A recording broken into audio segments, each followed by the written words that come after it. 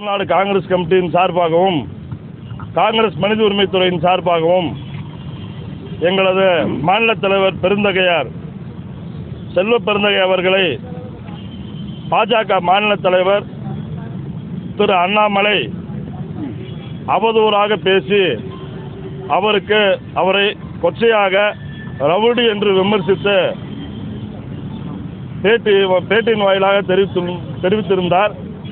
ஆகவே அதை கண்டிக்கும் விதமாக தமிழ்நாடு காங்கிரஸ் மனித உரிமைத்துறையின் மாநில செயலாளர் என்ற முறையில் மாநில பொதுச் செயலாளர் அன்பு தலைவர் சரவணகுமார் அவர்களும் கலந்து இந்த கண்டன ஆர்ப்பாட்டத்தை நடத்தினோம். அவர் அண்ணாமலை பாஜக 267 சிஎம் தமிழ்நாடு நம்ம சிஎம் உளவுத்துறை மூலியமா 261 அக்யூஸ்ட் முக்கிய பொறுப்பில் இருக்காங்க பாஜக. சரிங்களா?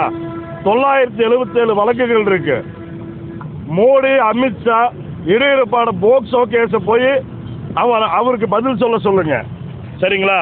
இப்படி ஐபிஎஸ் படிச்சுட்டு அறிவில்லாம திரிகிற அண்ணாமலைக்கு 1வதுலேருந்து படிக்கிறதுக்கு தமிழ்நாடு காங்கிரஸ் கமிட்டி செலவு ஏற்றுக்கும். அவர் படிக்க தயாராக இருந்தால் 1வதுலேருந்து படிக்கிறதுக்கு தமிழ்நாடு காங்கிரஸ் கமிட்டி செலவு எடுத்துக்கோங்கிறது இந்த பேட்டின் வாயிலாக சொல்கிறோம்.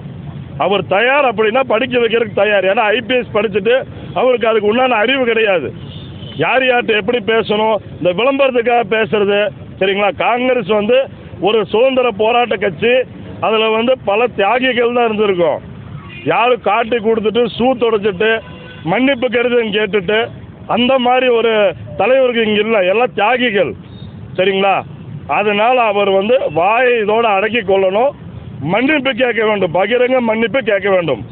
இல்லாட்டி தமிழ்நாடு காங்கிரஸ் கமிட்டி கேட்க வைக்கும். இதை இந்த பேட்டியின் வாயிலாக அன்போடு தெரிவித்துக் கொள்கிறோம். மாநில தலைவர் அண்ணன் செல்வ பெருந்தகை அவர்களை பாரதிய ஜனதா கட்சியினுடைய தலைவர் அண்ணாமலை அவர்கள் அவதூறாக பேசியது மிகவும் வன்மையாக கண்டிக்கத்தக்கது.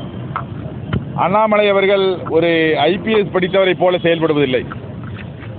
பாரதிய ஜனதா கட்சியில் தமிழ்நாட்டில் இதுபோல முன்னணி தலைவர்கள் இருந்திருக்கிறார்கள். நீண்ட நெடிய வரலாறு இருந்திருக்கிறது. அவர்கள் எல்லாம் பேச்சு இதுபோல ஒரு தலைவர்களை பேசும்போது எதை பேச வேண்டும், எதை பேசக்கூடாது, எதை மட்டும் தெரிந்து பேச வேண்டும், எவ்வாறு பேச வேண்டும் என்று அறிந்து பேசுகிறார்கள். நண்பர் கூறியது போல, நமது ரஹமத்துல்லா அவர்கள் கூறியது போல 1ஆம் வகுப்பிலிருந்து அவர் படித்து வர வேண்டும். இதே போலதான் தமிழ்நாட்டில் உள்ள அத்தனை தலைவர்களையும் அண்ணாமலை அவர்கள் அவதூறாக பேசி வருகிறார். எங்கள் தலைவர் செல்வ பெருந்தகை அவர்கள் கடினமான உழைப்பாளி.